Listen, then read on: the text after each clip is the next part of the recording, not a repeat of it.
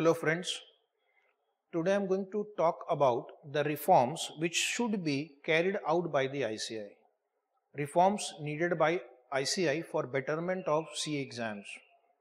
जैसा कि आप जानते हैं कि CA exams foundation, intermediate, final 4 paper, 8 paper, फिर इंटर और फाइनल में 2 ग्रुप है, ग्रुप पास करना कंपलसरी है, साल में 2 बार एग्ज़ाम्स होती है, बहुत ही बड़ा सिलेबस है, आर्टिकलशिप है, GMCS है, इंफॉर्मेशन टेक्नोलॉजी की एग्ज़ाम होती है। तो इन सारे मुद्दों पे मैंने एक छोटा सा प्रेजेंटेशन बनाया कि ये क्या क्या रिफॉर्म्स अभी चाहिए करंट सिचुएशन में और फ्यूचर को ध्यान में रखते हुए। अदरवाइज ये जो इंस्टीट्यूट है over a period of time ये रिडंडेंट हो जाएगी, मेरी बात याद रखना। स्टूडेंट्स ज्वाइन करना बंद कर देंगे और धीरे धीरे people will try to move out of this complicated system. तो मेरा फर्स्ट जो रिकमेंडेशन है वो है the institute should carry out online exams. Okay, तो ये जो इतने सारे सेंटर्स जहाँ पर एग्जाम्स होते हैं, आप उसको ऑनलाइन एग्जामिनेशन सेंटर्स भी बना सकते हैं जहाँ स्टूडेंट जब चाहे कंप्यूटर पे बैठ के एग्ज़ाम दे सकता है। और हो सके तो एक और ऐसा सिस्टम डिज़ाइन करो कि जहाँ स्टूडेंट घर पे बैठ के भी ऑनलाइन एग्ज़ाम दे सकता है। ये सोचने वाली बात है, अभी आप एग्री मुझसे करेंगे नहीं, लेकिन अभी बहुत सारी बड़ी बड़ी इंस्टीट्यूट्स इंटरनेशनल लेवल पे अभी ऑनलाइन एग्जाम्स करवाने लगी और कुछ कुछ तो घर पे भी करवाने लगी है। उसके लिए क्या करना होगा, आपको बहुत सारे सेंटर्स खोलने होंगे जिसपे कंप्यूटर्स रहेगा, सॉफ्टवेयर इंस्टॉल रहेगा और बच्चा जो पेपर देना चाहे जब देना चाहे उसमें प्री लोडेड पेपर्स रहेंगे और वो वहीं पे जाकर कंप्यूटर पे सारे एग्जाम्स दे सके। उस हिसाब से टेस्टिंग होनी चाहिए। अमेरिका की जो सबसे बड़ी एग्जाम है CPA exam, certified public accountant exam, जो मैंने भी दिया है, वो ऑनलाइन ही होती है। वो कंप्यूटर पे बैठकर आप दे सकते हैं सारे के सारे पेपर। उसमें कुछ MCQs होते हैं, कुछ केस स्टडीज होते हैं, एटसेट्रा एटसेट्रा। अभी हमारी सिस्टम में 2 बार साल में एग्जाम होता है, मई और नवंबर। मैं चाहता हूं कि फ्रीक्वेंसी ऑफ एग्जाम बढ़े।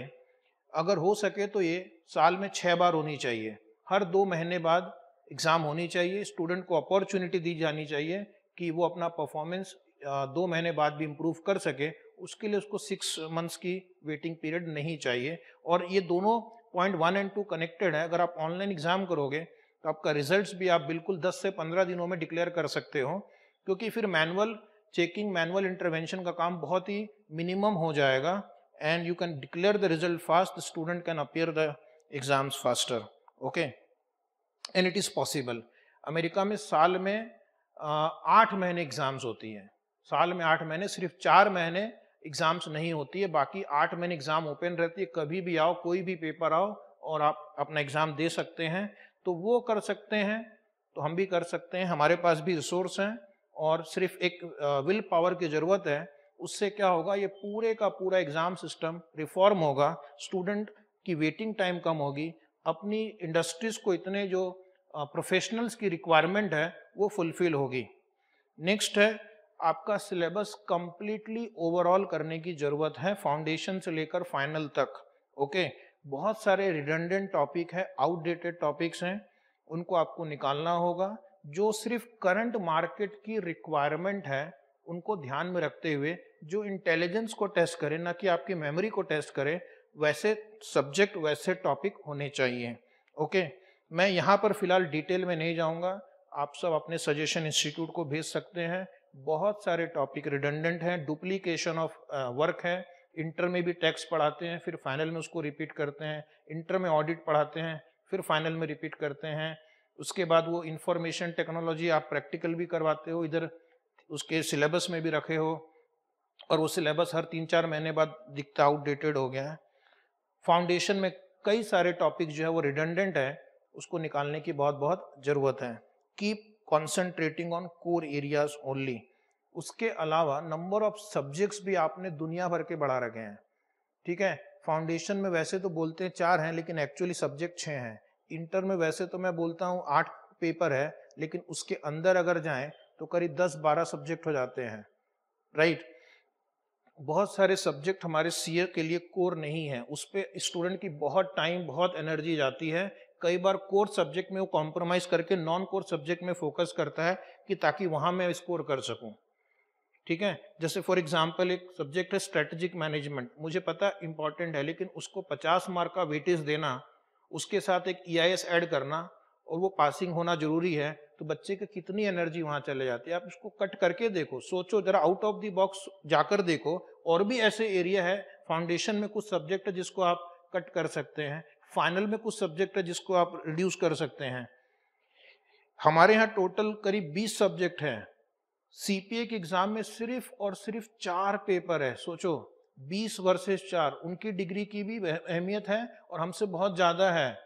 मुझे कई बार ये पॉइंट इंस्टीट्यूट के फोरम में रेस करना पड़ा है कि आप प्लीज सिर्फ कोर सब्जेक्ट जो CA के लिए रिक्वायर्ड है उतना आप करो, लेकिन अननेसेसरली उन्होंने सब्जेक्ट का वेटेज बढ़ा रखा है, क्यों मुझे नहीं पता।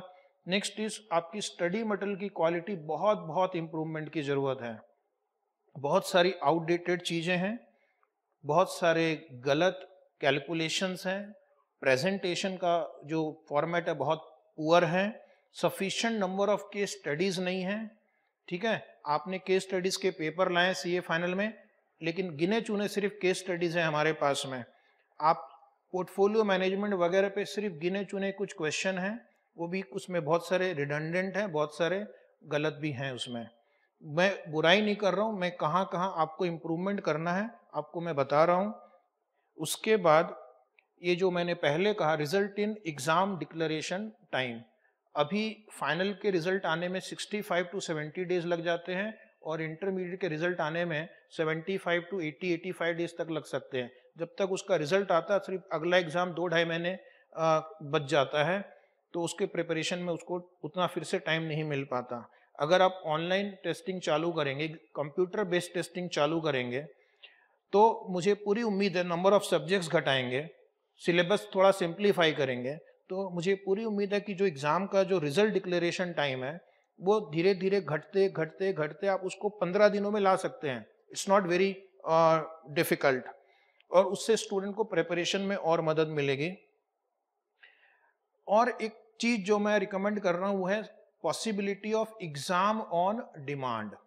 यानी स्टूडेंट बोलता है कि मुझे 15 जनवरी को एग्जाम देनी है, अकाउंट्स का पेपर देना है, तो आपके पास वो फैसिलिटी होनी चाहिए कि आप स्टूडेंट को एग्जाम ऑन डिमांड पे ला सकें। क्या ऐसा होता है ग्लोबली? यस, ऑफ कोर्स ऐसा होता है, बहुत सारी इंटरनेशनल एग्जाम्स में होता है।